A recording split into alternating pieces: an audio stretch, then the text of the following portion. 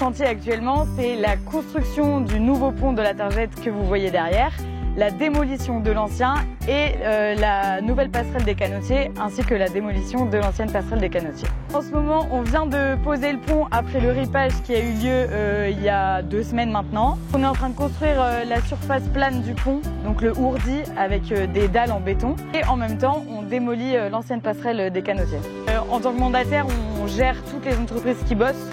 On est le rôle direct avec la MEL. On gère évidemment nos équipes sur le chantier, nos sous-traitants. Lors d'une visite d'inspection détaillée en 2005, l'intégralité finalement des investigations qu'on a pu faire ont conclu à une non-réparation possible et donc à une démolition-reconstruction obligatoire. On a décidé d'avoir un peu plus d'ambition et de travailler justement sur un projet global, donc sur l'intégralité du quartier. Là, on travaille quand même sur plusieurs milliers de mètres carrés. Le projet de démolition-reconstruction du pont de la Targette et donc de la passerelle des canotiers, c'est une opération d'environ 15 millions d'euros TTC. Le projet du pont de la Targette répond en fait à plusieurs enjeux pour la ville. Un enjeu de sécurité, un enjeu de développement des mobilités douces. Désormais, nous aurons une belle piste cyclable et un bel aménagement pour les piétons. Avec la métropole européenne de Lille, elle nous a vraiment associés tout au long des phases du projet, que ce soit de la conception jusqu'au chantier encore aujourd'hui. La ville va pouvoir développer aussi toutes les phases de végétalisation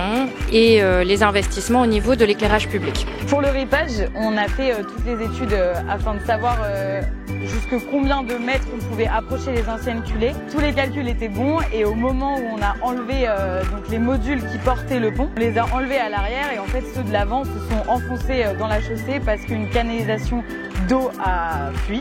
On a récupéré le pont sur ses SPMT d'origine. On l'a fait reculer évidemment et après on a reterrassé, évidemment on avait coupé l'arrivée d'eau, on a reterrassé et on a réparé avec l'entreprise Iléo.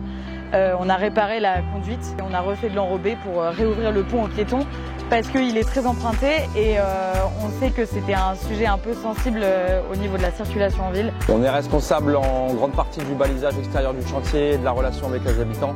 On fait en sorte que tout se passe bien tous les jours. C'est pas toujours facile et on comprend parfois la frustration des gens, notamment le bruit, la poussière et ce genre de choses. Ou le problème avec la circulation. Dans la globalité, les gens sont très agréables à vivre et sont très heureux du projet, donc ça se ressent dans les conversations avec les personnes.